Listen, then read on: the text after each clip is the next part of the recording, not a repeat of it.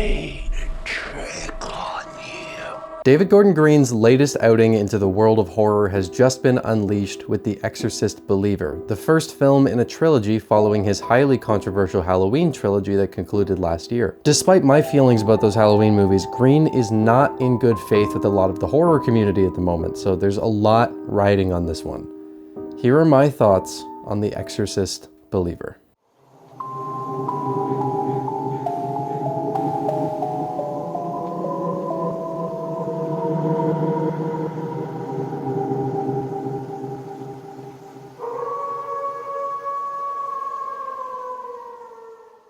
Good evening. My name's Evan and welcome to Rocklin Graves. Since I started covering the Exorcist franchise back in August, I've had a lot more people visit the channel, and that's given me the opportunity to talk with all sorts of people about the franchise and particularly this new entry. It's been a really interesting time, and one of the biggest things that's done for me is make me consider what's reasonable to expect from an Exorcist sequel in 2023. There will never be another film with the impact that the original movie had back in 1973, because a huge part of why it did what it did was that audiences were just not used to seeing something so intense. It pushed the boundaries of what was considered acceptable, but it seems like now movies have gone so far in almost every way that it's hard to shock people the way you could back then. So I don't think it's reasonable to expect the groundbreaking nature of that original anymore.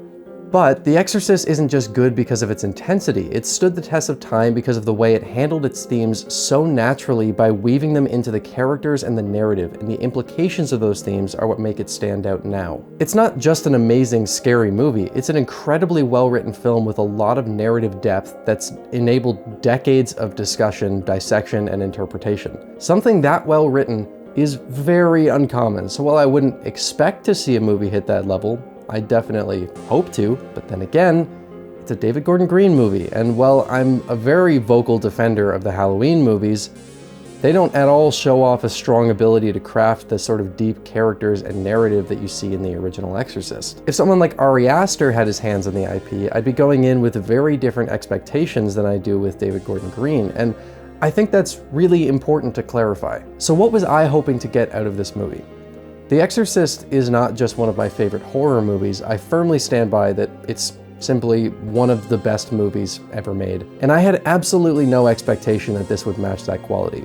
Basically, what I was hoping to see in The Exorcist Believer is something on the same level as Halloween 2018, which was a good return to form for the Halloween franchise that I could tell was made by people who really loved its roots. I went in expecting a decent modern exorcism movie that I had assumed would focus more on the horror elements and less on the intricate characters. This movie's being absolutely panned, pretty much across the board. And a huge reason for that is when people see the title, The Exorcist, they expect something more than your average possession movie. The bar is set extremely high when you tackle something that iconic, and what usually happens is that the space between where the bar is set by that and where it would be if this was a standalone IP is huge. So if you don't deliver something up to that bar, it looks a hell of a lot worse than it would if it wasn't connected to that original thing. I know I'm taking forever to actually get to what I thought about the movie, but I decided that since there's so much intense vitriol towards it right now, I needed to clarify where I was at going into it. And because I wasn't looking up to that top bar that was set in 1973, and I was instead expecting something in the middle, I do not at all align with the consensus on this thing. Exorcism is a ritual. Every culture, every religion, they all use different methods. That's not to say I think this is a phenomenal movie or that it even comes close to the original, but I do strongly believe that it's getting way overhated because it has the Exorcist name attached to it, and that's not necessarily something that I think's unreasonable. Having high expectations is good, and honestly, I completely agree that if you're gonna even bother trying to add on to what that original did, you should be coming in guns blazing. This is definitely not that, but there's so much that I did genuinely like about it that I'm sure will be overshadowed by its name. So with all that out of the way, let's talk about what I liked and what I didn't. For starters, Believer is a really good looking movie. Each of those Halloween movies showed a progressively deeper understanding of cinematography from David Gordon Green and Michael Cimins, and while I don't think this is as good looking as Halloween Ends was, there are so many examples of fantastic framing, camera movement, and lighting. There's something in the way scenes are lit in their movies that I just adore, and I was really glad to see that carry on into this new storyline. The only thing that sometimes brings that down is the occasional use of CGI that pushed things a little too far for me and made certain moments look too digital, which becomes especially prevalent in the climax. There's nothing so gaudy that I felt like a moment was ruined by the CGI, but it's noticeable. The other talking point with the visual tone is that there's no attempt made whatsoever to recreate the candid feel of the original. That movie certainly had its moments of surrealistic visuals, but overall it was shot in a very matter-of-fact way that gave it a really immersive feel, and while Believer is a fantastic looking movie in its own right, there was clearly no concern for trying to recapture that feeling. Wherever those girls went, they brought something back with them. So let's talk about the narrative.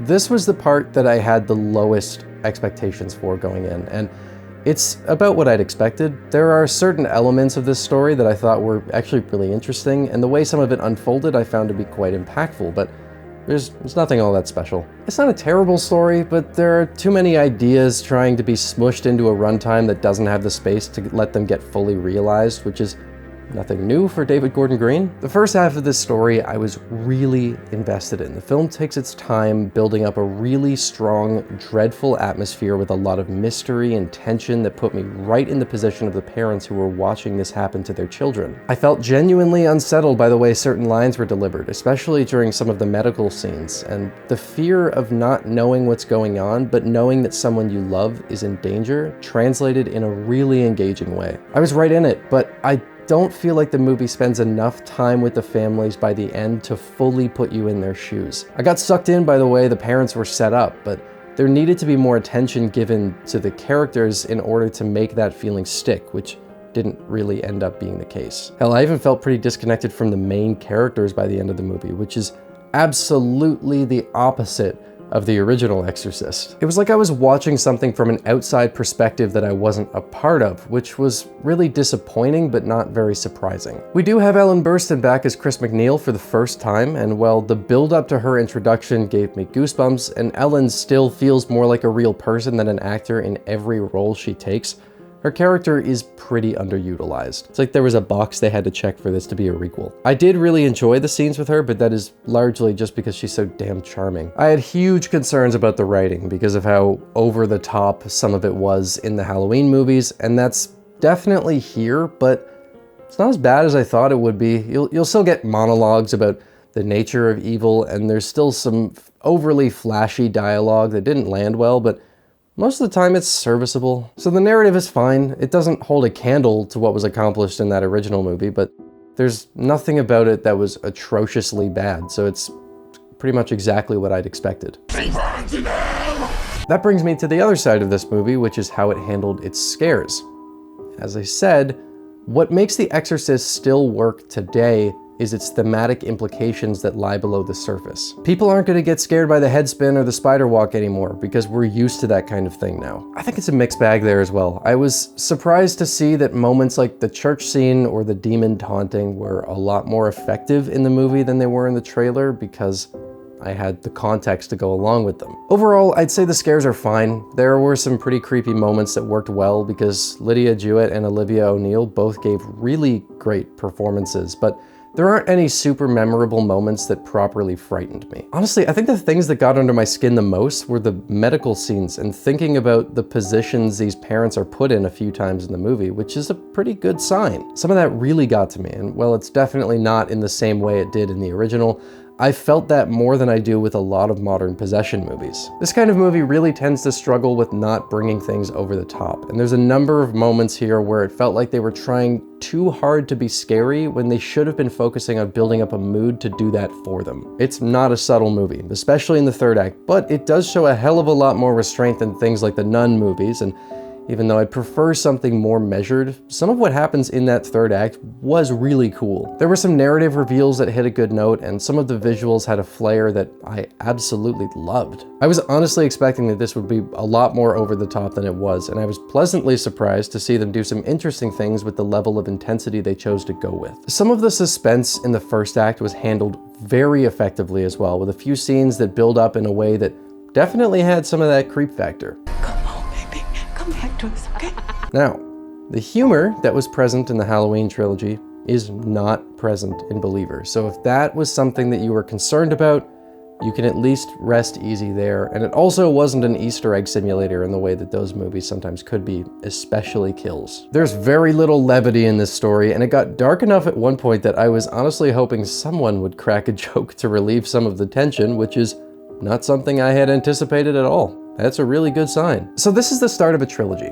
I'm curious to see how that actually plays out because of how badly this movie is reviewing, but I do hope that Green is allowed to finish the story he started, because there was enough here that I enjoyed that I'd like to see continued. This does feel like the first act of a story in many ways, but the ending makes me curious about where they'd go from here. I'm really hoping that there's a thorough plan for the rest of this story so that it feels more cohesive than the Halloween trilogy did, but I'm also not entirely sure how Blumhouse is going to want to go forward, since this is not being received well at all. So overall, I don't think this is a terrible movie. Not even close. The review scores are way lower than the movie deserves, which is a result of it being attached to a movie that's widely considered to be one of the best things ever put to screen. I've seen plenty of movies that deserve a 2 out of 10 rating, and this is not anywhere near that bad.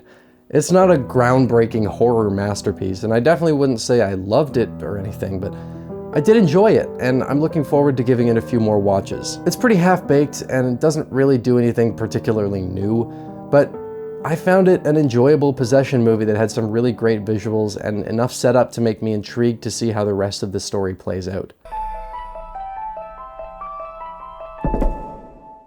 All that being said, I am clearly in a minority with this one, so regardless of why I think the movie is reviewing the way it is, doesn't change the fact that most people seem to hate this thing, and that's understandable. It's trying to follow up The Exorcist, and it fails at reaching that kind of quality. The argument could easily be made that even if this movie is pretty good in its own right, the fact that it's an Exorcist movie brings it down to the point where many people will just hate it, because if you're not bringing something that hits those notes, why even bother? I don't feel that way though, which I think is largely because it didn't try and do what the original did and fail at that. It just did something different that's a lot more middling. It's got a unique style that stops me from constantly comparing it to the original movie, and that's a really important point for me. I never expected for a second that this movie would get up there, and I have no issue with enjoying it on its own merits, but it's got a lot of issues that stop me from saying I truly loved it. It's good enough that I'll pick up a copy of it when it's released on 4K. It's not the best Exorcist sequel, but I also don't think it's even close to the worst one, and that's exactly the topic I'll be diving into in my next video, where I rank all 6 entries in this franchise. Until then, thank you for stopping by Rocklin Graves. I hope you've enjoyed your stay.